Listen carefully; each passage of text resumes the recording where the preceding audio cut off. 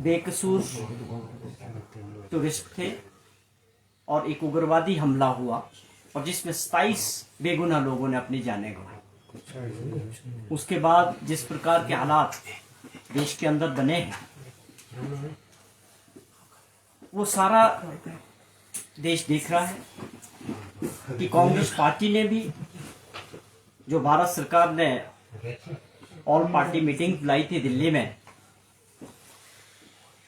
उसमें कांग्रेस पार्टी के माननीय नेता जो विपक्ष में लोकसभा में विपक्ष के नेता हैं माननीय श्री राहुल गांधी जी और हमारे राष्ट्रीय अध्यक्ष श्री खड़गे जी ने पार्टिसिपेट किया था कांग्रेस की तरफ से भी। और उसमें एक बात तय हुई थी कि जो देश की सरकार और माननीय प्रधानमंत्री जो सत्ता में लोग हैं, देश की सरकार जो फैसला लेगी, कांग्रेस पार्टी और सभी विपक्षी दल पूरी तरह से हम देश के साथ और सरकार के साथ उस फैसले के साथ खड़े हैं। स्वाभाविक था, बेगुनाह लोगों को मारा गया, पूरे देश के अंदर उसको लेके गुस्सा भी है और स्वाभाविक है जिस प्रकार से टेररिस्ट ने एक बहुत घिनौनी हरकत की, उसमें कांग्रेस पार्टी का स्टैंड बड़ा साफ है कि देश और देश की सरकार जो भी एक्शन लेना चाहेगी, हम पूरी तरह से अपने देश के साथ इस मुहिम में खड़े हैं, इसमें किसी को कोई शंका नहीं। अब वो फैसला हमारी सरकार ने करना है, माननीय प्रधानमंत्री जी ने करना है कि उसके लिए कौन सा कदम सही होगा और किस प्रकार से उन लोगों को सजा मिलनी चाहिए जिन्होंने ये हरकत की और जो बेगुनाह लोग थे उनके ऊपर ये जो आक्रमण किया गया। इस मामले में सारा देश इस बात को देख रहा है कि सही समय पे कौन सा ऐसा एक्शन हमारे देश में हमारी सरकार ले, उस पे सबकी नजर बनी। दूसरा, आज एक और मसला हमारे सामने था जो काफी बड़ी लड़ाई विपक्ष ने और खास तौर पे माननीय राहुल गांधी जी ने आरक्षण को लेके जो जाति हमारा जो सेंसस था, सेंसस को लेके उसको लेके एक बड़ी लंबी लड़ाई काफी वर्षों से, आप समझे 11 सालों से इस पे जो है लगातार बात हो रही थी। पूरा विपक्ष और कांग्रेस पार्टी और हमारे नेता राहुल गांधी जी इसकी अगुवाई कर रहे थे और उनकी एक सोच थी कि भाई देश के अंदर जो जनगणना है वो इस प्रकार से होनी चाहिए कि जिसमें हर जाति के लोगों का हमारे पास अपना एक रिकॉर्ड होना चाहिए देश के अंदर कि हमारे देश के अंदर किस किस वर्ग के लोग रहते हैं और उनका एक डाटा जो है पूरे देश के सामने होना चाहिए। लेकिन ये 11 साल से इस लड़ाई को अब जाके जो है नरेंद्र मोदी जी ने और उनकी सरकार ने इसको एक्सेप्ट किया है। अब आप ये समझें कि वो इस जनगणना के लिए तैयार हो गए। अब सवाल था कि इतने साल क्यों बर्बाद हुए। जनगणना 2021 में होनी थी, लेकिन इनके रवैये की वजह से वो लगातार उसको इतने सालों तक डिले किया गया। लेकिन अब देर आए दुरुस्त आए, उन्होंने इस बात को एक्सेप्ट किया है, इसके लिए वो तैयार हो गए। अब उसके पीछे भी और सवाल है कांग्रेस पार्टी के भी और विपक्ष के सभी लोगों के भी कि आप इसको किस तरह से करोगे। उन्होंने कहा कि भी ये जो है केवल मात्र एक्सेप्ट करके सुर्खियां बनाने के लिए नहीं होना चाहिए, जमीनी स्तर पे इस जनगणना को कैसे उतरेगी और आपका क्या इसके लिए रोड मैप है, आपका समय सीमा क्या रहेगी। देश ये जानना चाहता है कि जो जनगणना होगी उसके लिए बजट का प्रावधान क्या किया जाएगा, कितना बजट इसमें लगेगा, कितना खर्चा इसमें होगा और इसकी तय सीमा क्या रहेगी, ये जनगणना कब तक पूरी होगी देश की। ये बात हमारे नेता श्री राहुल गांधी जी ने भी इसका जिक्र किया है और ये देश की जनता भी जानना चाहती है, उनका भी ये कंसर्न है। क्योंकि विशेष तौर पे अगर ये जनगणना 2021 में होनी थी, आज 2025 हो गए, तो ये ऑलरेडी 4-5 साल पीछे चलेगी और वो डिले उसके बाद केवल आपने दबाव में आके इस बात को स्वीकार किया या आपकी मंशा बड़ी साफ है। ये हमारे कुछ प्रश्न है माननीय प्रधानमंत्री जी से और देश की सरकार से कि आप इसकी जो है समय सीमा भी बताएं और अगर मंशा साफ है, आप जल्दी कराना चाहते हैं, तो पार्लियामेंट का सेशन बुला के इसमें पूरे पार्लियामेंट के सामने इसको पास किया जाए और कितना इस पे खर्चा होगा उसका प्रोविजन भी साथ में ही बताया जाए। तो ये इसलिए जरूरी था।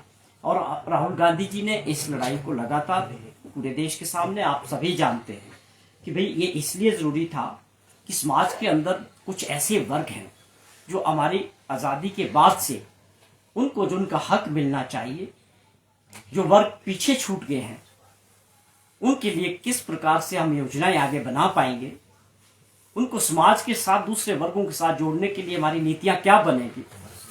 उसके लिए बहुत आवश्यक था कि हमारा समाज जो है उसको हमें एक्सेप्ट करना चाहिए कि हमारे समाज में ये सारी चीजें हैं।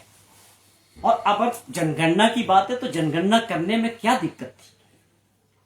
एक आंकड़ा बनना था, एक डाटा बनना था कि हमारे देश के अंदर 140 लाख लोग रहते हैं, पॉपुलेशन है, उनमें किस किस वर्ग के कैसे कैसे लोगों का पूरा एक रिकॉर्ड तैयार किया जाए। यही चाह रहे थे। जो हमारे समाज के जो भाई है, साथी है, जो काफी पिछड़ गए, हो सकता है उनको किस प्रकार से समाज की मुख्य धारा से जोड़ने के लिए और उनको दूसरे वर्गों के साथ आगे बढ़ाने के लिए हम तभी नीतियां बना पाएंगे जब हमारे पास उनका आंकड़ा होगा। तो ये एक बड़ी सोच राहुल गांधी जी की उन लोगों के लिए थी। आप ये समझे कि एक न्याय दिलाने वाली बात थी। हमें आज तक समझ नहीं आया कि जो लोग सत्ता में थे वो 11 साल से इसको क्यों एक्सेप्ट नहीं कर रहे थे। ये अपने आप में एक बहुत बड़ा प्रश्न है। उस वक्त उन्होंने ये भी कहा कि जो इस प्रकार की बात कर रहे हैं, इस तरह की जनगणना की बात कर रहे हैं, इनके लोगों ने उसको एक ऐसी एक बात कही कि वो लोग शहरी नक्सलवाद कहने की तक को उनको टैग किया कि वो लोग हैं ये जो शहरी नक्सलवाद की बात करते हैं, कि जो जनगणना की मांग कर रहे थे। तो हमारा भी प्रश्न है आज कि आज आपने इस बात को स्वीकार किया कि हम इस जनगणना के लिए तैयार हैं। जिन लोगों ने ये शहरी नक्सलवाद की बात उस वक्त कही थी, तो क्या आज जिन्होंने एक्सेप्ट किया है इस बात को, क्या वो भी उसी श्रेणी में आएंगे? तो ये हमारा ये प्रश्न है कि देश के अंदर जो सही मुद्दे होते हैं उनको हमेशा माननीय राहुल गांधी जी, चाहे वो देश के अंदर पूरे देश में पैदल चल के लोगों की समस्याओं को सुनना हो, लोगों के बीच जाना, हर वर्ग की बात करना, वो हर वक्त लोगों के साथ, हर वर्ग के साथ, उनकी समस्याओं के साथ खड़े हैं। वो किसान हो, युवा साथी हो, बेरोजगार हो, कोई भी वर्ग हो, राहुल गांधी जी हमेशा लोगों की लड़ाई लड़ते रहे। उन्होंने एक बार फिर से समाज के अंदर उस वर्ग की लड़ाई लड़ी जिनको ये मैं समझता हूं आने वाले समय के लिए और देश की योजनाओं के साथ जोड़ने के लिए, और उस वर्ग को कोई पिछड़ गया उनको आगे लाने के लिए बहुत सहायक सिद्ध होगी और एक बहुत अच्छा डेटा बनेगा और हम इसके आधार पे देश की नीतियां बन पाएगी। तो राहुल गांधी जी के लिए हम इस बात को लेकर और उन सभी विपक्षी लोगों के लिए जिन्होंने ये लड़ाई लड़ी, उस वर्ग की तरफ से हम उसके लिए उनका शुक्रिया अदा करते हैं। लेकिन साथ साथ हम ये भी चाहते हैं कि सरकार अपनी तय सीमा तय करे, ये जनगणना कब तक पूरी होगी। इसमें डिले टैक्टिक्स नहीं होनी चाहिए, केवल प्रेशर में आके आपने इसको सिर्फ सुर्खियों में बटोरने के लिए कि हमने एक्सेप्ट कर लिया है। इसका पूरा रोड मैप जो है देश के माननीय प्रधानमंत्री जी को और सरकार को देश के सामने रखना चाहिए कि इसको हम कितने समय के अंदर कंप्लीट करेंगे और इसके अंदर कितना खर्चा आएगा, तभी जाके जो है ये जनगणना जो है पूरी हो पाएगी। तो ये कुछ मुद्दे मेरे थे जो मैं आपके माध्यम से ये रखना चाह रहा था। जो हमारी नीति है ये एक बहुत बड़ी उपलब्धि हम मानते हैं देश के उन लोगों के लिए, माननीय राहुल गांधी जी की, जो उन्होंने इस बात को लेकर लगातार 11 वर्षों से उनकी लड़ाई लड़ते रहे।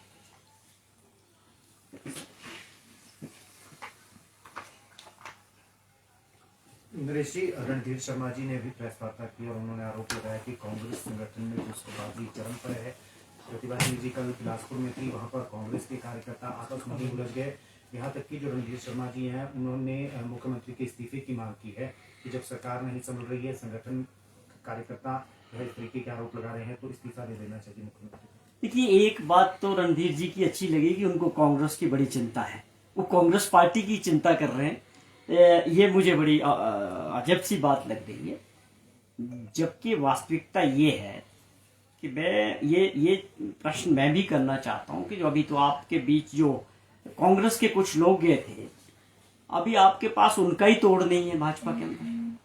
और भाजपा जिस प्रकार की परिस्थितियों से गुजर रही है, अब आप देखें कि राष्ट्रीय अध्यक्ष नड्डा जी खुद आके चंबा जिला में जिस प्रकार दौरा करके गए हैं और जो उनको एक जिला का जिम्मा सौंपा गया है, और आप दूसरी तरफ जयराम जी पूर्व मुख्यमंत्री रहे हैं, विपक्ष के नेता हैं, वो अपनी वर्चस्व की लड़ाई लड़ रहे, स्वाभाविक है। और बिंदल साहब को भी लगता है कि मेरे जीवन का भी अभी ये अच्छा समय है, उनकी भी महत्वाकांक्षा है। अनुराग ठाकुर जी अपने आप में भारत सरकार में मंत्री रहे हैं, वो भी राज्य के अंदर अपना ये देख रहे हैं कि कैसे हम आगे बढ़ेंगे। उसके अलावा और जो कांग्रेस से जो नेता गए हैं, उनके जाने के बाद जो भाजपा के अंदर जो माहौल है वो आप लोगों के सामने है, और वो सब जनता के पब्लिक डोमेन में आ चुका है कि वहां लीडरशिप को लेके एक धड़ा दूसरे धड़े को लीडर नहीं मानता है। इस वक्त भाजपा के अंदर स्थिति ये है कि कोई भी राज्य स्तर के नेताओं को एक दूसरे को मानने को तैयार नहीं। और आप जिक्र कर रहे हैं कांग्रेस का, या आप जिक्र कर रहे हैं कांग्रेस की सरकार का। देखिए, आपको एक यहां चीज एक और समझनी पड़ेगी कि लीग से हटके जब काम करने होते हैं उसमें थोड़ी मुश्किलातें जरूर होती हैं। हमारी सरकार बनने के बाद माननीय मुख्यमंत्री जी ने बार बार एक जिक्र किया कि हमने व्यवस्थाओं को बदलना है। ये उन व्यवस्थाओं का जिक्र था जो पिछले 40-50 साल से हर जगह छोटी बड़ी जगह में जो व्यवस्था बनी थी, समय के साथ उसमें चेंजेस होने की आवश्यकता थी। दुर्भाग्यपूर्ण वंश उसमें किसी ने ध्यान नहीं दिया, लेकिन हमारे मुख्यमंत्री जी ने इस बात को समझा और बहुत सारी चीजों में फैसले लेके उस व्यवस्थाओं को बदलने का प्रयास किया। और मैं समझता हूं जो हमारा 2 साल से ऊपर का समय रहा, जो फैसले इस दौरान हुए हैं, उसके आने वाले समय में जो परिणाम होंगे वो सबके सामने होंगे।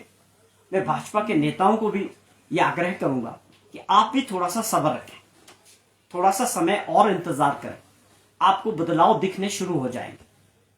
और दूसरी बात, आप इस बात का भी ध्यान रखें कि जब लोगों का मत है, लोकतंत्र में लोगों ने किसी को 5 साल का काम करने का समय दिया है, तो आप लोग इतना अधैर्य क्यों हो रहे? धैर्य रखें, पूरा समय काम करने दें सरकार, और फिर उसके रिजल्ट्स आपको उस वक्त उस पर बात करने का हक है।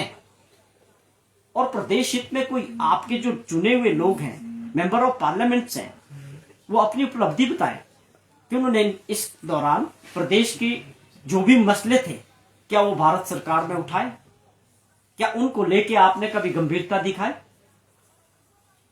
आप बताएं, बताना चाहिए।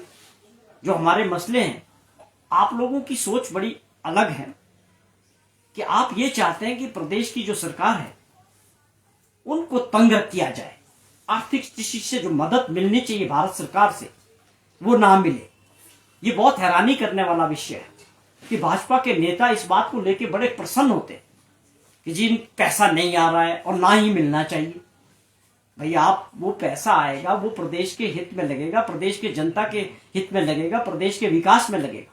कहां आप लोगों को आगे आना चाहिए था कि सरकार के साथ मिलकर हम जो प्रदेश के हित है उसके लिए भारत सरकार के साथ लड़ेंगे, और आप उसको खुशी मानते हैं कि हमारे जो हक है, हमारे जो देनदारियां भारत सरकार की तरफ है वो नहीं मिल रही, तो उसमें भाजपा के नेता बड़े खुश होते हैं। 9200 करोड़ रुपए के करीब हमारा जो आपदा का पैसा वो नहीं मिल रहा। भाजपा के लोग बताएं कि आप लोगों के क्या प्रयास रहे उस पैसा दिलाने के लिए। या ओपीएस को, जो हमारे कर्मचारी ओपीएस में गए, जो जब वो एनपीएस में थे, उनका जो शेयर था और पैसा जो फंसा हुआ 9000 करोड़ रुपया, उसको दिलाने का प्रयास करना चाहिए।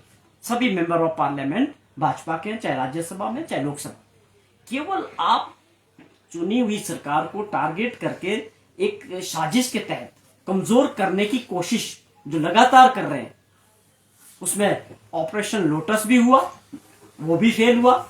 अब आपका एक प्रयास है कि सरकार को कमजोर करो आर्थिक स्थिति से और इनकी मदद ना हो। स्पेशल पैकेज तो दूर की बात है। ये मैंने पहली बार अपने जीवन में देखा कि ऐसा विपक्ष जो प्रदेश के हित में ना काम करके अपने निजी स्वार्थों के लिए काम करता हो, या जो सत्ता से बाहर नहीं रह पा रहे हैं, वो अपनी सत्ता प्राप्ति के लिए सब माहौल बना रहे, ये अपने आप में बहुत दुर्भाग्यपूर्ण है। मैं आज फिर भी आग्रह करता हूं कि अभी भी आप समझें, आप सबकी जिम्मेदारी सबसे पहले प्रदेश के लोगों के लिए, प्रदेश के विकास के लिए है। आपको लोगों ने मेंबर ऑफ पार्लियामेंट चुना है, किसी को राज्यसभा में भेजा है। आप सबकी भी उतनी जिम्मेवारी है प्रदेश के विकास के लिए कि जितनी राज्य सरकार की है। अगर आज राज्य सरकार आर्थिक तंगी से गुजर रही थी तो आप लोगों की भी तो जिम्मेवारी थी। आप लोगों की सरकार है दिल्ली में, आप लोग अपना बताएं कि आप लोगों ने क्या क्या प्रयास किए। लेकिन हमारी सरकार ने और माननीय मुख्यमंत्री जी ने जो फैसले लिए उसके बाद बड़ी तेजी से हमारी आर्थिक स्थिति में सुधार हुआ है। आज हम उस दौर से बाहर निकले हैं, आर्थिक तंगी से बाहर निकले, और आने वाला समय और अच्छा होने वाला है। तभी मैं जिक्र कर रहा था कि आप लोग संयम रखें, जो फैसले हो रहे हैं उनके रिजल्ट आने दें और थोड़ा सा सब्र रखें। ये मेरी सलाह जो है भाजपा के विपक्ष के सभी नेताओं को हिमाचल प्रदेश में रही। सर, परसों जो राहुल गांधी जी ने पीसी की है, जब सरकार ने जातिगत जनगणना के डिक्लेयर किया है कि होगी, उसके बाद पीसी किए, तो उन्होंने कहा है कि सरकार ने मेरी एक ही मांग मानी है, जो जातिगत जनगणना की मेरी मांग थी। इसके बाद जो आरक्षण में 50% का कैप है वो भी जो है हम हटा के रहेंगे। तो आप उनके इस बयान को कैसे देखते हैं सर? देखिए, राहुल गांधी जी ने जो भी बात कही, लगातार मैंने जिक्र किया कि देश की जनता के मुद्दों को अगर कोई लड़ता है वो केवल राहुल गांधी जी। निडर होके आप लोगों के सामने, पूरे देश के सामने डराने का कैसे प्रयास किया जा सकता, एजेंसीज द्वारा, ईडी और सीबीआई द्वारा। माननीय राहुल गांधी जी ने ये झेला, उनके परिवार ने ये सब कुछ झेला है। उसके बावजूद उन्होंने एक बात साफ कही कि लोकतंत्र है, मैं प्रदेश के और देश के लोगों की लड़ाई मैं लड़ूंगा, मैं इन चीजों से डरता नहीं हूं। और उस बात को साबित भी किया उन्होंने, पूरे देश के अंदर पदयात्रा करके हर वर्ग के साथ खड़े हो और पार्लियामेंट के अंदर लोगों के मुद्दों को उठा। ये उसी की एक अच्छी एक परिणाम निकला है कि जातीय जनगणना को लेके अगर आज 11 साल के बाद सरकार इस मुद्दे को लेके तैयार हुई है और अपने स्टैंड से पीछे हटी है, आप समझे कि यू टर्न लिया है सरकार ने, तो इसका सारा जो मैं समझता हूँ श्रेय माननीय राहुल गांधी जी को जाता है। उन्होंने जिस प्रकार मजबूती के साथ इस बात को उस वर्ग की लड़ा है, देश के अंदर हर वक्त तरह पार्लियामेंट के अंदर बात करें या देश के कोने कोने में जाके बड़ी मजबूती के साथ सरकार को आज राहुल गांधी जी के उस फैसले के सामने, उनकी सोच के सामने झुकना पड़ा है। तो ये अपने आप में आज देश की बहुत बड़ी, मैं समझता हूँ एक बहुत बड़ी जीत है। इससे देश के उन वर्गों के लिए राहुल गांधी जी ने काम किया है जो समाज में पिछड़ गए थे। तो ये अपने आप में, जहां तक आपका दूसरा सवाल है, ये बातें वो जो राहुल गांधी जी सोचते हैं, उस लड़ाई को लड़ते हैं, या आने वाले समय में भविष्य में होगा कि वो किस प्रकार इसको आगे बढ़ाते हैं। लेकिन अभी एक बात तय है कि जो सेंसस को लेके बात हुई है उसकी समय सीमा तय होनी चाहिए और उसके लिए बजट का प्रावधान होना चाहिए और इसके प्रति सरकार गंभीरता से एकदम इस पे काम शुरू करें, जिससे जो डिले हुआ था वो सारा डिले खत्म। सर, रणधीर शर्मा ने ये भी आरोप लगाया है कि केंद्र से पैसा मिल रहा है, मित्र मंडली पर लुटाया जा रहा है पैसा। इस पर क्या करें? ये केवल एक साजिश के तहत सरकार को कमजोर करने का, बार बार एक ही बात को दोहराने का, जिसमें कोई तथ्य नहीं है। आपको बार बार हमने कहा है मीडिया के जरिए भी, माननीय जयराम ठाकुर जी से भी और इनके दूसरे नेताओं से भी, भाई आपको कौन रोकता, आप पूरा डाटा मीडिया के जरिए प्रदेश की जनता के सामने रख दें। आप एक बार छाती ठोक के बोल दें कि हमने जो है कोई स्पेशल पैकेज बनाया है इन सालों में। हिमाचल प्रदेश एक स्पेशल स्टेटस है, कैटेगरी स्टेट है। हम पहाड़ी राज्य, हमारी अपनी क्या कमाई है? हमारे जितने टैक्सेस है, चाहे वो इनकम टैक्स से आते हो या जीएसटी से आते हो, वो सेंट्रल पूल में जाते हैं, उसके बाद हमारा शेयर मिलता है। हमें समझ नहीं आ रहा कौन सा काम है, कौन सी उपलब्धि है आपकी, कौन सा एहसान किया है आज तक आपने। फेडरल सिस्टम में वो हमारा शेयर है टैक्सेस में, वो हमको मिलता है। जीएसटी का जो पैसा था, जीएसटी आने के बाद पहले वैट था, हमारा बहुत नुकसान हुआ, बद्दी रोटी वाला जो इंडस्ट्रियल एरिया में। जीएसटी आने के बाद हमारा बहुत नुकसान हुआ। जो जीएसटी कंपनसेशन था वो 5 साल माननीय जयराम जी के टाइम में आ गया। रेवेन्यू डेफिशिएंट ग्रांट सारी खत्म हो गई, 3290 करोड़ रुपया बचा। हम तो आंकड़े बता रहे हैं, आप सिर्फ ये बोलते हो कि दे रहे हैं। आप भी आंकड़े बताओ ना। भाजपा को मैं चैलेंज करता हूं, आंकड़ों के साथ बताओ कि आपने कौन सी मदद लाई। मैं बार बार बोलता हूं मेंबर ऑफ पार्लियामेंट बताए, आप लोगों को बताना चाहिए, बड़ा खुला प्लेटफॉर्म है, फिर उसका जवाब हम देंगे। आप किस बार कितने टाइम तक आप झूठे आंकड़े पेश करके, झूठ बोल के सरकार को कमजोर करने का मतलब है कि आप प्रदेश को कमजोर कर रहे हैं। ये सरकार लोगों की मत से चुनी गई है, प्रदेश के लोगों ने चुनी है, क्योंकि प्रदेश के लोग चाहते थे कि कांग्रेस की सरकार जो है उनके लिए काम करे। आप उस सरकार को साजिश के जरिए कमजोर करने का मतलब है कि आप प्रदेश के विकास के हितैषी नहीं है, हिमाचल प्रदेश के लोगों के हितैषी नहीं है। आपका मकसद केवल सत्ता प्राप्ति है। भाई उसके लिए मेहनत करो ना, 27 में चुनाव आएगा, फिर से जनता तय करेगी। आप इतना इम्पेशेंस क्यों हैं विपक्ष? इसका सबसे बड़ा कारण है कि वहां जो लीडर्स हैं उनमें वर्चस्व की जंग लगी हुई है। ये सबसे बड़ा कारण है। कोई किसी एक नेता को वहां नहीं मानता है। सर, आज जो पहले मुख्यमंत्री थे हिमाचल प्रदेश के, परमार उनका जो है पुण्यतिथि है, लेकिन कांग्रेस शिमला में उनको भूल गई, कहीं पर श्रद्धांजलि कार्यक्रम नहीं हुआ। क्या देखिए, परमार साहब की जो शख्सियत थी वो ना भूलने लायक है, ना कभी भूले जाएंगे। हम उनको हमेशा हर कार्यक्रमों में, आप तो केवल पुण्यतिथि और उनके जन्मदिन की बात कर रहे हैं, हम उनको हमेशा याद करते हैं। हर जगह उनका जिक्र होता है। जब भी हिमाचल का नाम आता है तो स्वर्गीय डॉक्टर YS परमार जी को सबसे पहले याद किया जाता है। हम हमेशा उनको श्रद्धांजलि देते हैं। हिमाचल को बनाने में, हिमाचल को आगे ले जाने में जो उनका सहयोग रहा, उनका विजन था, वो हिमाचल प्रदेश की कांग्रेस पार्टी हो या सरकार हो, सभी हिमाचल प्रदेशवासी उनको जो है हमेशा याद करते रहेंगे। Thank you.